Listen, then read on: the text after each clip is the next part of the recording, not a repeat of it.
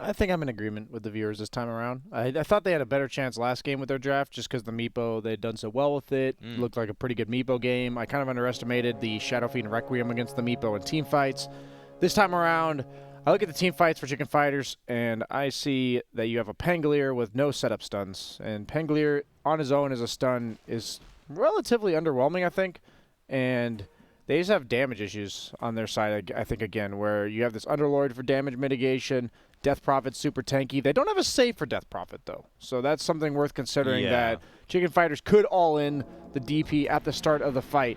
And if they manage to pull that off, then fights should go quite easily for them. So it's just a matter of they're going to have to fight their way into to farm the map on the side of Chicken Fighters. SF, Terrorblade, that's a lot of jungle creeps that need to be killed. And it's just a matter of whether or not they can get out of the laning stage the way they want. Where Rubik Underlord, I think this is a really strong lane. They both have damage reduction. You have the Fade Bolt from Rubik as well as the Atrophy Aura from the Underlord. So those do add up a lot. Most carries hit for somewhere around 40 damage or less once you put those two together. So it can be pretty annoying to get those last hits. They're going to usually shove in the lane, like to pull the creep. As we see an initial bounty rune fight. Yeah, already we in have sight. Can't dodge. Saberlight up top. We have 3 up top, fully committed here to fight over the bounty rune. Almost bring down Crystallize, but the courier, ooh. He has no salve or anything. He's only got 3 tangos. So a bit of a rough start for him there, but nonetheless, he is flying himself a salve as soon as possible. So is Soniko going to TP? Yeah, so he's TPing down bottom. It's not going to be any sort of aggro lane setup here. He will join the side of the Terrorblade, which is going to be nice assistance because, as you mentioned, Charlie already is going to have a difficult time trying to accurately put down some last hits with so much damage mitigation in the lane. They will shove the Underlord back, but the Rubik will always be there by his side to kind of manipulate the creep waves and try to pull the wave back as best as possible. There goes our first Terror, and as we see in the mid lane, Magical taking it to Supreme early on with the early Soul Siphon. Excited to see Supreme run this Shadow Fiend back. He had to go against the Shadow Fiend in the previous game. Now he's looking to show what he can do with it. And at 6-1 with the DP, they're off to a fair start. But what do you think about the matchup overall? Is this something where DP should win until the Shadow Fiend gets some levels under his belt? I'd say it's a pretty favorable matchup for Shadow Fiend, actually. You're one of the few heroes that can threaten DP if she actually Spirit Siphons you guys. We see an engagement top. Saberlight gets the Ink Swell on him, but I'd say the trade was beneficial for Na'Vi mostly. And you're seeing Pangolier suffering in the TS, only has 2. Grant was talking about on the panel that Nature's Prophet 5, quite the lane dominator bully against a hero like Pango, and I think that's one of the first few times I felt Analyst Grant was on point. I'm kidding. We love Grant. You're going to throw him under the bus like that? All right. We do have a ward that sees the Courier running in for Slayer. He's 293 movement speed. That Courier's 300. I don't think you're catching it, Slayer. And mid lane continued to tiff quite a bit there. Death Prophet forced all the way back, hit with that last raise, now can salve up. Supreme he might kill him on the edge of his life here, playing with fire, trying to go for some last second CS. Salve. But man, that salve just barely holds on as the Crypt Swarm flies through. Magical's bodying him, though. Yeah. I thought this was a DP favorite matchup, at least in the later levels, and it wasn't that bad early, but the 2 points in Spirit Siphon coming out from Magical as opposed to the nuke, and looking to be very aggressive, bullying him away from the tower. Like an entire wave just died that SF was returning to base for, and he doesn't have a bottle or anything, so this doesn't look like it's going to get all that much better. No, not at all. Ugh. Magical playing as Shadow Fiend, I guess knows the matchup pretty fresh in his mind, and at this point is taking full control as we see a trade out on the bottom behind the camps here. Looks like Slayer's able to get a nice snipe of Charlie's Courier. So Nico unable to protect that one. And he gets the deny of his own ward, He too. denied the ward, but it wasn't in range of the sentry. I guess he didn't know that. He must have seen the Oracle plant the sentry and assumed it was within range. That's actually... Okay, so they did change that in the recent patch for anyone wondering how he could do that. You can now deny your own ward at any time if it is your ward. You were the person that placed it. So it doesn't stop people from griefing in pubs against their teammates, but it does stop... If you know that you use a ward for a kill, and the opponent's going to know that it's there, you can actually just kill it yourself to prevent them from getting the bounty later. And that's very relevant since wards give so much golden XP, but Oracle does go down bottom. We did miss that, at least I did. Slayer able to kind of get the last little Fade Bolt snap, I would assume, to get that one finished. And previous to that, Ember also was dropped in the top lane, too. So a little bit of something nice going the way of Chicken Fighters there as they even things up. Now 1-1. Yeah, but the CS in all 3 lanes is rough as Chicken Fighters. I'm mostly concerned about their mid laner Supreme here. He's just getting dove again. Magical, no fear here. Yeah. Just zoning him from the CS again. Magical, this guy plays pretty damn aggressive. I like it. He just knows that the Shadow Fiend has no mana, so the Shadow Fiend can't actually threaten him back. And a little bit of tidbit of tips here for everyone at home. The best deterrent of aggression is your own aggression. So if the opponent is not scared of you at all, they will simply run at you a lot. So that's why it's really important to have mana topped off at all times, because these good players, they'll abuse you if they know you can't do anything about it. And as we see here, Magical putting on a clinic in that regard. Level 5.5 to Supreme, who's not quite level 5. So that level 6 DP timing coming out with the catapult in a few seconds here could be quite potent. Yep. It's 5 minutes, bounty time.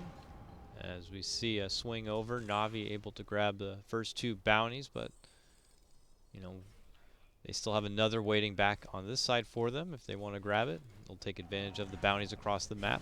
Still, look at this mid lane. Finally, Era has to step over, but at the same moment, so does the Nature's Prophet. Nature's Prophet heads the other direction, actually. Magical will take the southern road, and nothing will come of it.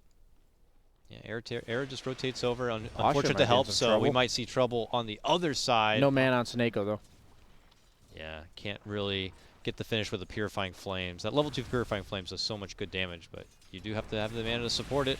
And look at this, Pasha getting run at a bit here. They're testing the limits. They know Oracle has no mana. Another example of what we saw in the mid lane, making great use of the fact that the opponent is unable to fight back. Oh, enough for just the Q, but that's not going to be good enough to save Charlie, and he falls at the same moment. Saberlight also going to be taken down top lane.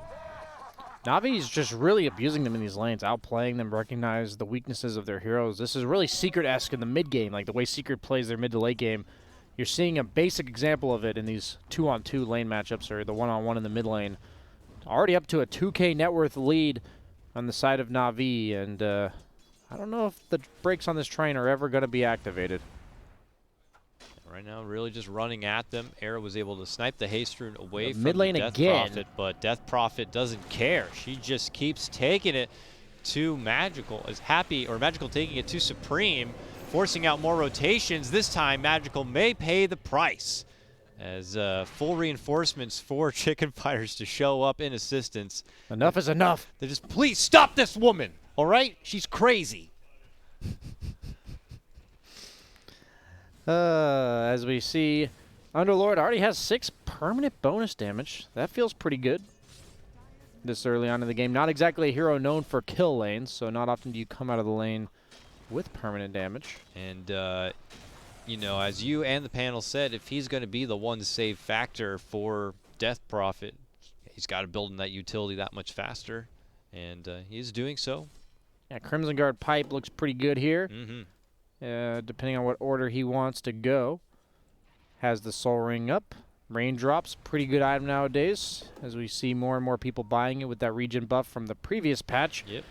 Seneko just trying to drag the creeps off the tower, but this is a really nice rotation from Na'Vi. Ilias here to help push the tower. Slayer coming behind a lift, and that's 3 more permanent damage for 9 Pasha with 9 permanent damage. Very good role play coming out from him at the 8-minute mark. Wow. Yeah, very well played. I'm sure all intended, as he can use that extra bit of bonus damage to wipe out this wave and get some more siege work onto the tower. But yeah, full-blown rotation. Charlie now on his own. It's a bit of an awkward spot. We could see Na'Vi decide to make the call to dive, but Oracle is returning now. Suddenly, though, in the mid lane, Death Prophet is losing at levels. Only barely level 7, while SF is a full level ahead, level 8, because of that overextension in the mid lane. Yeah. Saberlight is level 6 top, and Crystallize is only level 5. What am I missing here? Weren't they winning all 3 lanes in terms of CS, and now it's, I guess, 13 denies on Saberlight top has given him the slight experience lead. Both heroes are now 6. And Nature's Prophet has been moving around a bit, so he's probably not been as comfortable, Crystallized has not been as comfortable in the lane to really comfortably CS if, you know, Nature's Prophet's partaking in kills elsewhere. For sure, for sure. So these are adding up a bit, and Chicken Fighters are, you know, grasping back this laning phase. And with Shadow Fiend kind of getting that little bit of a run back and now has all these side camps to farm through, he's got himself back into a somewhat relevant position. Looks like he's got queued up the drums. The breadwinner of this laning stage, though, is 9 Pasha. He is #1 net worth by a decent margin 9 minutes into the game. And Underlord's really only weakness is his early laning stage. Once he gets to this point, he's a really big boy, and he is going to farm really fast. He can participate in a lot of mid-game team fights as an enabler for the rest of his team. As we see Na'Vi making another move on the mid tower. No exorcism level. He does have a point save, though. And Saberlight thinking about committing in with the ult, but they decide not smoke. to. But you're right. They step back. They smoke. Supreme is a little low on the mana, but they're thinking to go for an approach as Slayer's been spotted out in the bottom. Tower goes down. Supreme's running through, looking to catch out stragglers from behind. Does he want to head to the high ground here? First 1 for 1 on the grab outposts. And I guess that's all they wanted to come by for, is just the bounty. But yeah, as you mentioned before, Pasha was able to help in getting the finish through the bottom tier 1. And at this point, he's so big, you know, yeah, whether it be him trying to step into fights with the utility he's going to be bringing to the table, or if he wants to just kind of own a lane for himself, either way, it's a tension onto the Underlord that Chicken Fighters are just going to have to deal with, and it's going to be a lot harder now. Charlie? That's the real Charlie. He has no Sunder. He does have a point save, though, so he could turn this. They have to be careful. There it is. On to Pasha, but they don't have enough of a finish yet, so Nico's trying to burst him down with the Purifying Flames, but he will not get finished. So now he's got Salve and Purifying Flames heal on this Underlord. He's going to be just fine. So Nico has to turn and run. They do manage to get the snipe down as Nature's Prophet will fall to the hands of the Shadow Fiend. Pasha says, let's go. Oh, they're actually Underlord ulting to base. Okay. Just a little bit of a regen rune for everyone on the team, allowing them the old boots of travel trick coming out. Underlord going to mid, Death Prophet defending top. A bit odd, right? We see this Death Prophet who's 404, does have 2 skill points saved, and she hasn't made a move on a tower just yet. Hasn't even leveled the ultimate. Okay, she... Level 10, no ultimate points. Going for the silence. Yeah. Okay. Well, silence comes out at the end. That was made sure to secure the kill. They had the ward on the high ground. That's going to expire now. And did allow them to see the Pangolier. Level 8 Pango going down on one side. A level 5 support Nature's Prophet. What was he doing over there? He's just doing all sorts of clowny stuff all over the place. Being a nuisance, getting some good early wards in, but at this point hasn't been dropping anything. Probably going on expeditions to get more map vision for his team, but gets punished there. Underlord does queue up the Pipe Crimson, as we mentioned. It is going to be the damage mitigation central coming out from 9 Pasha. Pipe looks like it's going to be first on the bucket list, and following that up will be the Crimson. So address the early to mid-game magic damage, then the Terror Blade afterwards. Death Prophet, not exactly a hero you think to be farming stacks, but these two camps have been consistently stacked by any team on Dire. Supports and pubs, please, if you're playing Dire, just stack these camps for your cores. You get 35% of that. I mean, Na'Vi has been just good at stacking camps this series so far. Yeah. Even in the previous game, they gave Magical so much on his Shadow Fiend. It's probably just part of their routine. And anyone out there watching probably should consider, you know, getting some wards down and spying on these kind of As a support, I like money, sides. so I think it's a no-brainer there. Win-win situation. All right. It's just so efficient. The Death Prophet's going to have a Yules that much sooner. He's going to stick around for one more spawns of camps. That Yules is a pretty big deal for him. Pretty much invulnerability here for 2.5 seconds. Since they lack a save, it's even more important in this game. They do have the Oracle Fortune's End in order to remove him from the Yules, but it's not exactly reliable like a Shadow Demon ulti or other things we've seen. If you want to bring down a Yules immediately with that Fortune's End, you have to be like right next to him. Otherwise, it might as well just be the full duration of the Yules. For sure. All right, top lane. They're making chase for the weakest target on Na'Vi. It's Little Nature's Prophet again. Rude. I mean, he's level 6 now, so he's got money coming. He'll have Wrath of Nature to work with. And look how much focus he pulled. Space has been created. They just recognize the wounded deer, and they want to take advantage of that. True. Underlord does have the pipe complete. Doesn't necessarily have to fight just yet, but that might signal to them that they want to force this mid tower, as SF is the highest level in the game. Despite Underlord being the #1 net worth, he's the highest level, I believe, by a long shot here. Yeah, level 13. Magical's next at level 11. Jeez, he's only got 1 kill. I mean, that's just all I guess from it's the just all jungle gains. creeps, yeah. Jungle gains right now. He's hitting the old gym and just decking up, but... Ooh, Underlord has a Faded Brooch, too. God, I love Faded Brooch on pretty much every strength offlaner. Pretty much every hero in the game. Let's just be honest. I keep talking about that item. It just makes me excited. Free extra move speed. And there comes the mid-tower movement with that pipe, as predicted. Yep, and Pasha rolls in right behind, goes for the big target of Shadow Fiend. Gets silenced, runs out the other direction. Here comes Saberlight rolling on through. The pipe popped. Supreme gets off the ulti. I mean, Underlord obviously shrugs off the damage. Now the Grimstroke ulti. They both have to run. Slayer able to turn around and get the snipe onto Damage Oracle issues for Radiant. before he can get too much done. Here's Shadow Fiend again getting targeted. Chains in 2. Oh, nice double chains. Dishes off some raises. Crystallize takes it to him. They both fall for it. Kamikaze coming out from Supreme on the SF there. As the dust settles, it's Na'Vi the victor. They lose their Ember, but they'll get a tier 1. And Underlord 22 permanent damage, 120 damage temporarily to hit that tower. He's the real core here. Look at him. He's bulldozer. He's a beefy boy. So big.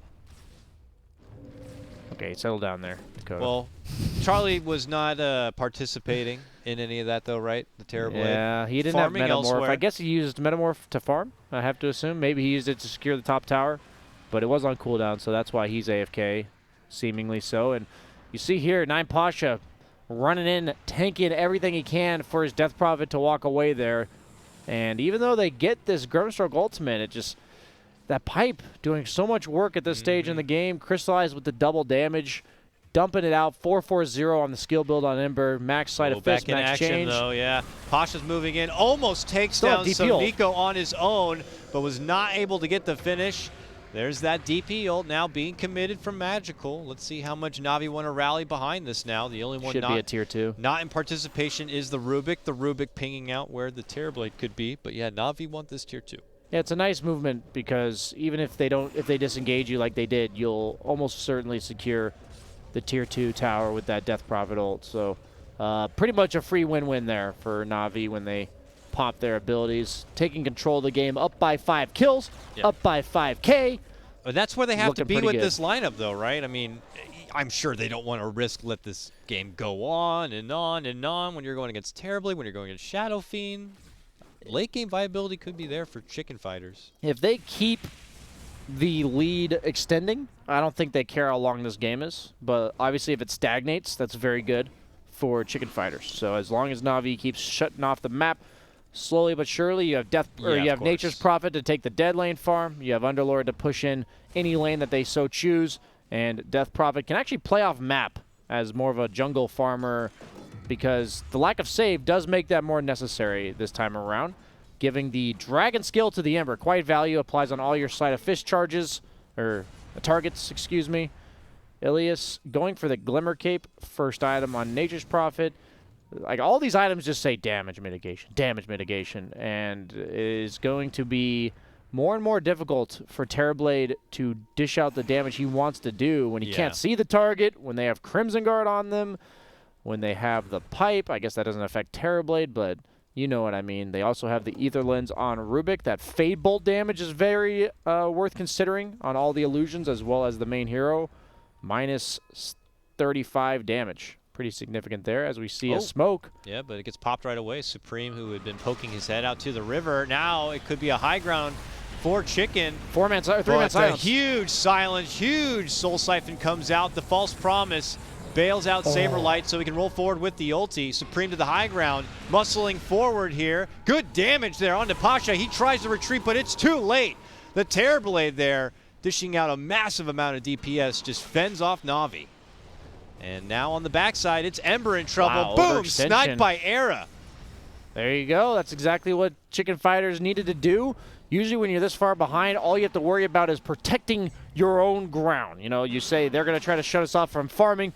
We need to know where to stand our ground. Your own triangle is the perfect place to do so. That's usually the last place you have left when you are stuck with the enemy team controlling the map. And Chicken Fighters bring the fight to the chickens of Na'Vi that are now dead. Just seemed so convenient for Chicken Fighters to be all at the ready when Na'Vi were just trying to make an approach themselves. And look how much they're going to get for it. Follow-up Roche takedown. I think that was a bit impatient from Na'Vi. They didn't have the BKB yet for Magical. They didn't have Death Prophet Ultimate. Just a bit forced, I think, but it's really important that Chicken Fighters also recognizes that they're capable of fighting at any given moment in a specific location. And as you see here, they get the Oracle Ultimate onto the crucial target that disrupts the fight, the SF Requiem from the high ground. And that Grimstroke Leash, it matters a lot for allowing the Terrorblade to just dish out those right clicks on targets that are stuck together. And we might see another engagement from Na'Vi despite the Aegis, knowing there's no Metamorphosis on Charlie. Feeling confident that they have the Exorcism. They'll rip it out now. A big silence there on the Terrorblade. They're trying to burst him down before he can turn and Sunder, but he's going to be able to get it off right onto Pasha. Takes all the life back. Sprout not quite there to lock him in his spot. He's able to turn the corner. Now they put their focus instead on the Saberlight, who's forced to run within the trees, but he gets the swash off and can't make it away. Just barely able to take him down. Era also going to fall. Na'Vi able to recoup just a bit from that last fight. I think Era was like a bonus find there. I think he was just trying to slide fish change the Pangolier, and he just happened to get Era with it too. That's pretty funny. Next time, swashbuckle the other way, man. My teammates are grieving me, says Era. Mid tower is going to go down, though. Supreme doing a good job of trading. Has the Presence Aura affects buildings talent, so already coming into play for him. Very high level. Invis Rune. Looks like maybe a BKB coming out for him. Yes, sir. Na'Vi not done yet. Look at this. No DP ult, though. They found Charlie, and he does not have Sunder this time. Meanwhile, it does look like... Requiem. So Nico rolls in, trying to slow them down. He's now going to be the focus. Look at the Requiem. Boom! Hits the two of them. He's looking to raise one down. He's looking to grab the other, but Glimmer Cape. Terrorblade dead on the other side, but has Aegis still and meta. He's ready to fight. Yep, here he comes for round number 2. Fully metamorphed up, charging on forward. They still couldn't even finish off. So Nico, who does the false promise. They'll finish off Little Magical. And Chicken Fighters will reclaim their jungle. Pasha on the run. They don't have an answer for his TP. He's gone.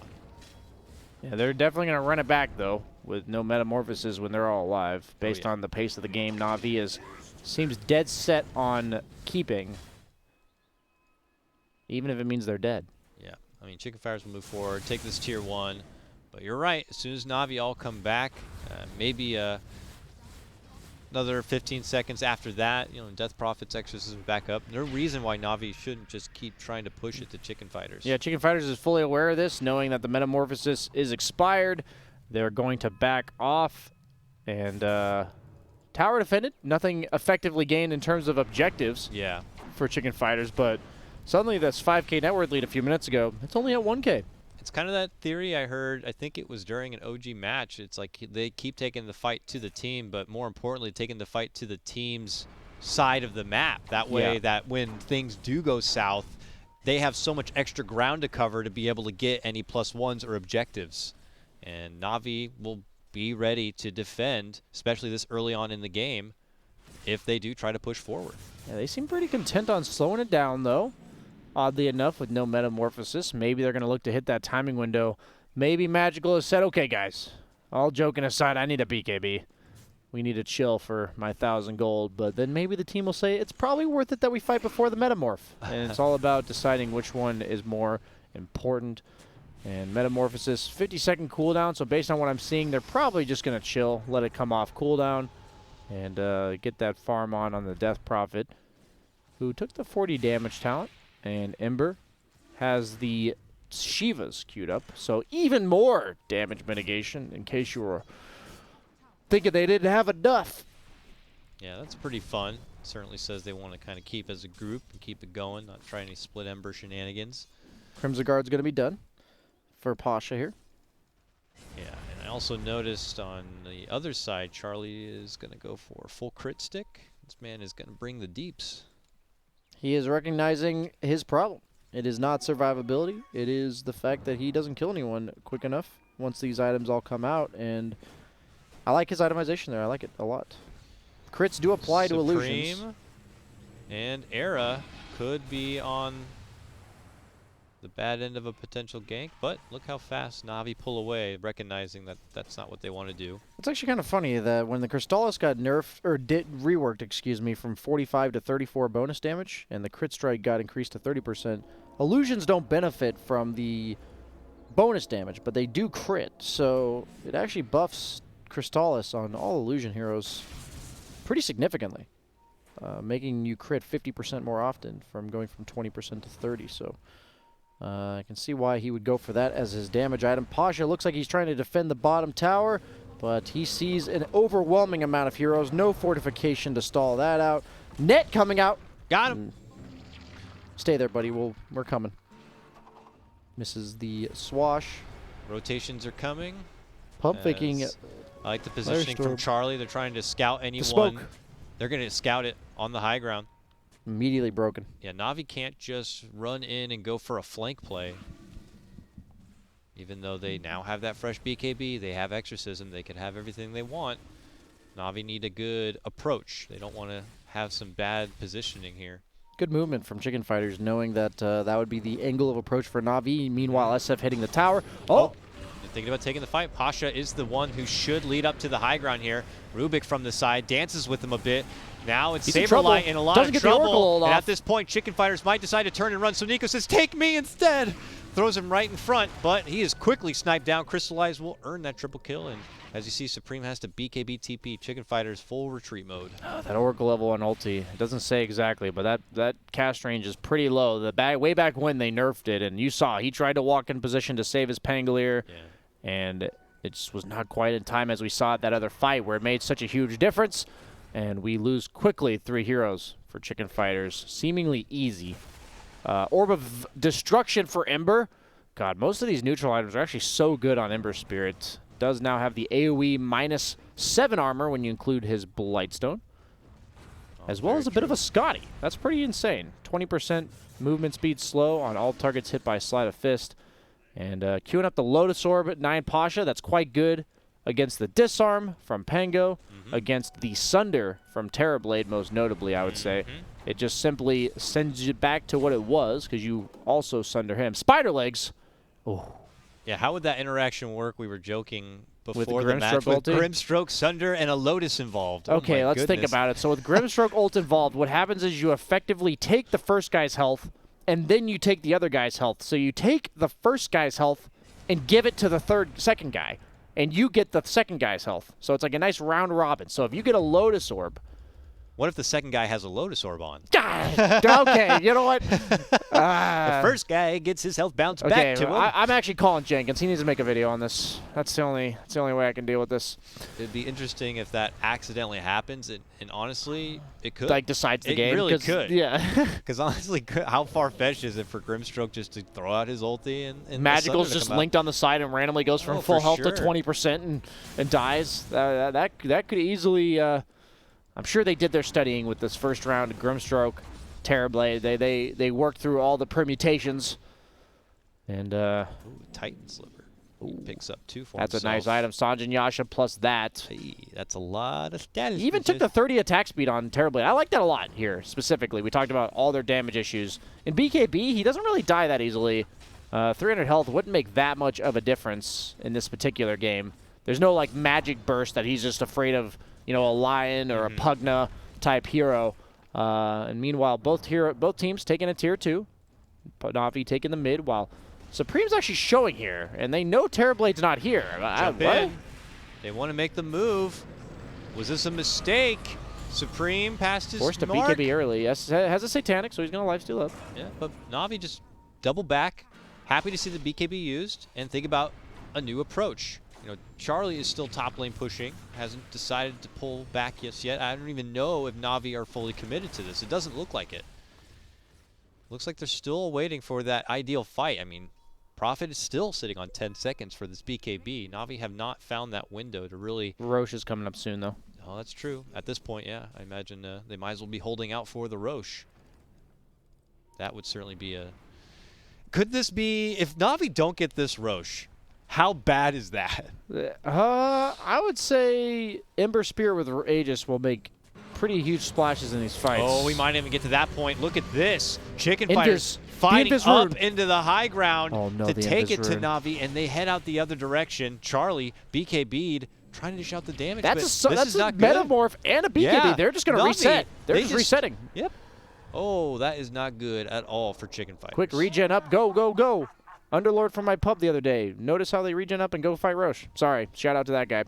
But yeah, I was actually super tilted during that game. But really well played by Na'Vi. Just saying, okay, force out these engagements, or force out these ults, excuse me. The BKB's popped. Yeah. Metamorphosis is on cooldown. Let's push out our lanes real quick. We're not in any rush. It's up for about 50 seconds. And by the time that's over, we're going to check Roche. We're going to force the issue with our Death Prophet Ultimate, Death Prophet BKB, the Dragon Scale, plus the Plate Mail. He's pretty tanky, 23 armor, smoked up right towards the end of the Metamorphosis.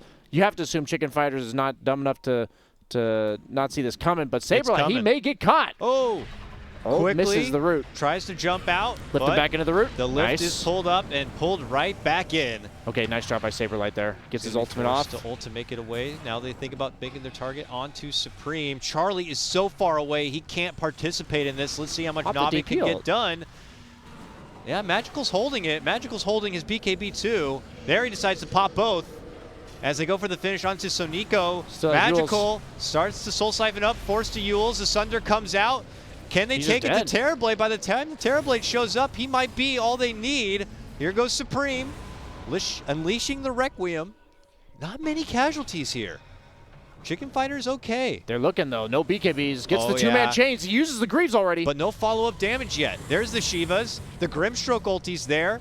They get Saberlight down. He's going to be forced to buy back. Move in from Slayer with a big Requiem. Dude, not finishing yet. Will the Exorcism get the job done? He lifted the SF into the Terrorblade and Requiem on top of them. That was actually really well played by Rubik, despite not seemingly turning into much.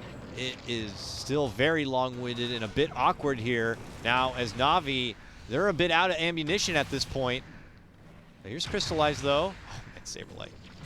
Rocking him down, and here comes Supreme. He's the guy who's got the firepower, and he's looking to clean house. Nature's Prophet trying to escape? No way. He's gone. He is gone. He witnessed the whole thing. I'm honestly surprised how long Magical held onto his ult there. You're forcing the engagement. You're committed in. I wonder if he felt awkward because, you know, they didn't quite see Terrorblade or where he was. He didn't have anything though. He has Sunder, I guess. I don't know. Very strange there, but they're actually going to go for the Roche themselves on Chicken Fighters. As you said, 9 Pasha with the spider legs. He might get caught, though. Okay. Those are already in cooldown. Forced to ult immediately, and he has no TP, so he's not coming back. That is effectively a stall, but is it enough? That's the question. Death Prophet looks like he has no intention of fighting here. Just pushing out the bottom lane. Ember Spirit's dead for 20. This looks like a free rush for Chicken Fighters. And Rubik was TPing there, but cancels it out, and looks like Na'Vi are going to hand this one over. And we might be seeing the first real power shift of the game. I know Terrorblade and Shadow Fiend have been the top 2 at the net worth for quite a while, but it's never really felt like Chicken Fighters are fully in control of this one. But the tides may be turning. I mean, Na'Vi are going to it's only going to be harder for them to close this one out, I imagine. Yeah, I have to agree with you there. I don't know. This Underlord pick, it feels like the 1 overextension made it just so much squishier, and until he has this Lotus Orb, he keeps getting sundered, so this beefy boy just turns into a not-so-beefy boy when he only has 20% health to start the fight effectively, because he doesn't actually take any damage. And then the Terrorblade just sunders him, and he ends up getting hit 5 or 6 times and dying. They just have to be more careful, I think. Underestimating that turn potential. Though? I mean, Ember went with the Shiva's guard first. They have a lot of long, drawn-out fight damage, like spammable spells from Underlord, Rubik, Ember Spirit, the DP ult. I think it's going to boil down to if Chicken Fighters can win the fight within their ultimates as well as BKBs, it should be really easy. But if Na'Vi can not overextend, be careful about committing too hard into these like superior volley of stuff, like the single volley of spells is much more powerful from Chicken Fighters than it is from Na'Vi. So that's definitely the fight-win condition for both teams, and that's what that volley though is just gonna keep getting stronger. Oh yeah, absolutely. And Na'Vi's fortification is getting weaker. And yeah, I agree. I agree with you there. They're playing with the clock for sure. I don't know what sense of urgency we're gonna get from Na'Vi at this point. I mean, can they even afford to grant Chicken Fighters the time to have this Aegis? I mean, should Na'Vi keep fighting, or should they let this Aegis expire first? And if they do let it expire, I mean, God, that feels like it's going to be so long for Chicken Fighters to do what they want. Yeah, you can just tell, right? Look at the net worth distribution. This is a unique one. This is a funny one here. We got top 2 net worths going to the Radiant side, SF and Terrorblade. The next 5 net worths are that of the Na'Vi squad, and then the bottom 3 net worths are on Chicken Fighters. So you're definitely, all your eggs are in the Terrorblade SF basket, but it just boils down to the fact that because these supports are so poor on the net worth comparatively, if you can burst them down, 2 heroes against 5 just do not really match up, no matter how high their net worth is. And they are getting some good neutral items on the side of Chicken Fighters, though. Pangolier with that quickening charm, Seneko on the Oracle with the telescope, Era with the Philosopher's Stone. Blitz was saying that he has to get big this game. He has to get farm. He has an Ether Lens and a Sight the Vise queued up. We were talking about the lack of stuns coming out from Chicken Fighters, and 2-man Sheepstick is pretty damn good on a hero like Oracle. Oh, yeah, certainly. So both teams, I like what they're doing, and they intend to bring the fight immediately on Chicken Fighters. They have nothing to wait for, it looks like. Smoked up immediately after that Roche pause, tactical pause indeed. Rubik, Slayer. On the high ground, has does Forstaff, Ghost Scepter. Take the smoke, but they quickly chase onto him. Will he actually get out with that Ghost Scepter? No, the raise cancels it. The blink, that is. But bottom lane, Ilias is going to force a reaction. Pangolier, Saberlight does save his tier 3 and looks like he's going to allow his team to group back up in the mid lane. 9 Pasha might look to cut him off. That was cool. They had the Oracle Fortune's End targeted at Saberlight, and he almost got 9 Pasha with it, but I don't know if it would have mattered. Mid lane is cut. Creeps mid are dead, so they are going to be forced to back off on Chicken Fighters. Pretty well played, I'd say, by Na'Vi to avoid the fight there, but both teams, this is just good Dota. Both teams are doing what they need to do to win. They recognize what the win condition is for their team and try to achieve it right away. He might have to BKB TP here. But he does exactly that, yeah. Doesn't want to risk with the follow-up, and that's the right call to make. But now they see 9 Pasha, but he has ult. He has ult, so he can just use that. But is he going to use it? He's probably going to get one more wave and then ult. Yeah, exactly. Yeah, they recognize. Well played again by Pasha. What is necessary? The Greaves to keep the wave alive. Okay. Yeah. Obviously, Na'Vi trying to stall this one out as best as they can. A lot of split push on Na'Vi. They have Ember. They have Underlord. Yeah. Nature's Prophet. Got to be specific in this one, Dakota. My bad. We still have tower money on the map for Chicken Fighters to close out as bottom tier 1, or tier 2 rather, still stands. So they'll fight forward to take that one down. They still hold that Aegis on hand. Going for the Abyssal.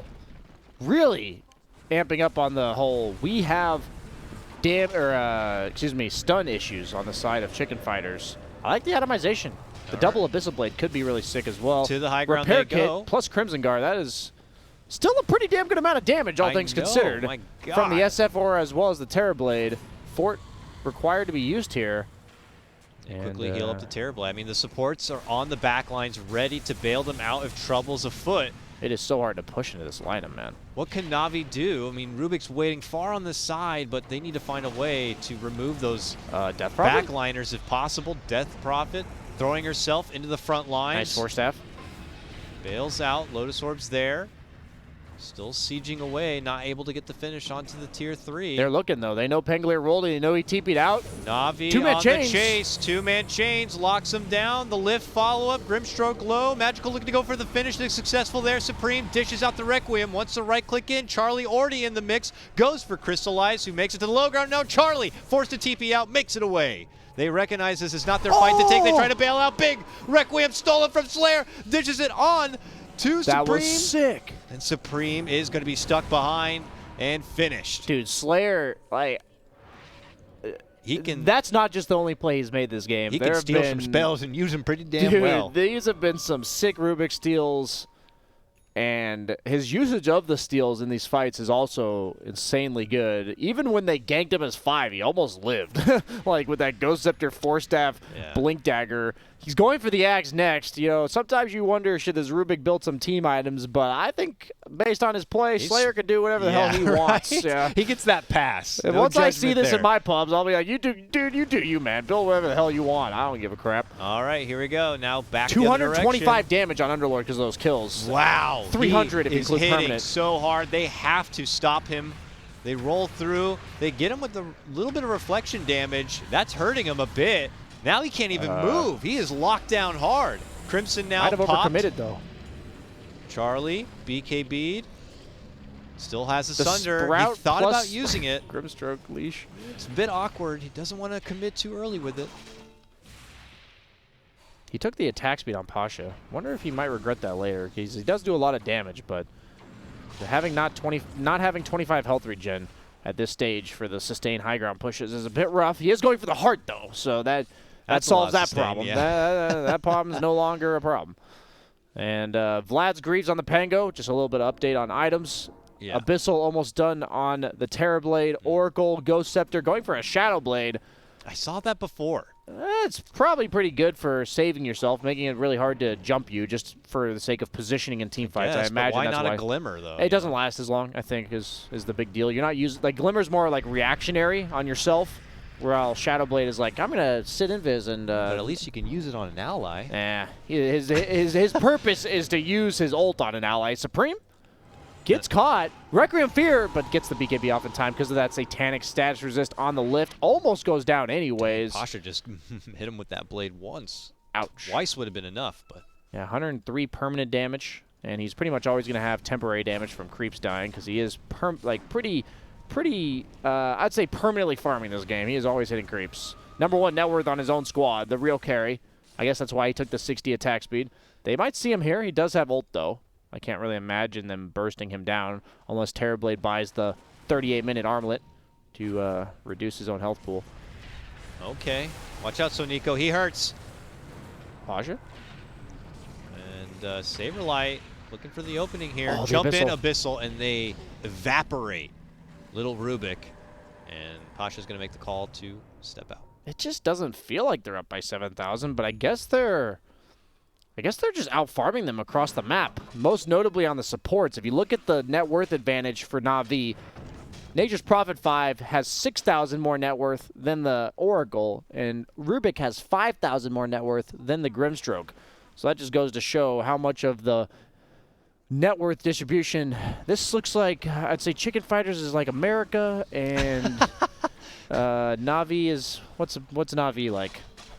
I don't know. I don't know. This is your analogy. You got to finish it out. I don't want to get myself in too much trouble if I say somebody else. I can make fun of America, but, you know. Ilias does snipe a courier, does get 120 gold each. Actually gets 2 couriers. Effectively 290 gold for his entire team. That's just another 1K net worth. Money. AC down on the Death Prophet, going for the Blink Dagger. Really does lack mobility and the ability to just force the engagement. I mean, we're already just under a minute before the new Roche spawns, and I'm pretty sure that's the Agnums now coming together. Or the Refresher Shard. Oh, true, true. Both of which are pretty good for both teams. Refresher Terrorblade is very good. Refresher Death Prophet is very good. Oh, yeah. So either one will be quite useful. Potential game changer for either side. I'm sure they know that. So look for them to secure the perimeter soon enough, and both teams could put their attention that way soon. Underlord actually gets the Boots of Travel as opposed to rushing the Heart of Tarask. He had the phase boots, but he's really prioritizing the ability to see that the opponent's forcing a tower, push them away, and then TP in order to put some split push pressure on. Trusting that he is not burstable before his ult channeling is done. They don't really have a way to stop him from doing that. Because he's pushing bottom lane and Roche is up in 10 seconds. Yeah, that's the whole point. That's the approach from Dire. That's the only thing about Dire that's good against Roche is the fact that it's much easier for Radiant to push top, while it is easier for Dire to push bottom. And Dire being able to split up the map away from Roche is the benefit of that. So it's really nice when you have a hero like Underlord on your squad And he does TP back to his team. Looks like they are just trying to control Roche. I don't think they're making a concerted move here. Slayer is farming the bottom half of the map. Gets the Minotaur Horn. Is somebody going to take that? The Tier 4 items are coming out. Let's keep an eye out for what everyone's got. I think 9 Pasha is very content with these spider legs. Magic Lamp on the DP. That's really good. Pseudo Eon Disc there. Still Titan Sliver on Terrorblade. We got the Prince's Knife on Saberlight, so that Swashbuckle will become a 1.5 second stun on the first person it hits. All right, here we go. Both teams meeting around the mid lane. Leveler on SF. We saw that the other day. That's a lot of building damage, and you don't mind the 60 attack speed otherwise. Has the -5 presence or a talent. So -12 armor. Timeless Relic. Who will he give that to? They have virtually no disables. Probably the Grim. Or the Pengo. Or the Terrorblade. Or the Grimstroke. For the first try. You can tell he was like, anybody want this? Somebody's got one. It's pretty good. Yeah, pawn it. Minotaur Horn on the Underlord. That's 20 strength as well as the BKB active for 2 seconds. Not bad. Pretty big. And the first ones to step into the pit is going to be Chicken Fighters. They look like they want to contest this time around, though, Navi. For sure they do. The lift on the Oracle. That's a good target. He's going to throw him in. Oh, but the Abyssal. Straight up and down. On Ember. He dies immediately. Abyssal. Ember's gone. He's going to buy back. Yes, he does. A lot of damage on Pasha, too. They can't handle the deeps that Chicken Fighters are dishing out. Oh, wow. Word. And look at that. Death Prophet, too, can't even stand a chance. Excuse me? These guys hit like a freight train. Double kill for Charlie. The misses are the only thing saving Nature's Prophet, but not even that's going to be there for him. Now this is their Roche. They just came in and just like Mike Tyson punched him out. I just love the build. All the builds from Chicken Fighters. I think it's really cool when you look at drafts and you say the weaknesses of this draft is this. And the best way to assess your weakness or like address your weaknesses is items, right? That's the only thing you can change once the game has started, and they have damage issues and lockdown issues. Nothing else is really a problem. They're sustained team fighting. They're overall just like natural scaling on their heroes. And you see this Daedalus Abyssal on the Terrorblade, even taking the 30 attack speed talent. Here he goes again. He bursted down, crystallized instantaneously. Yeah.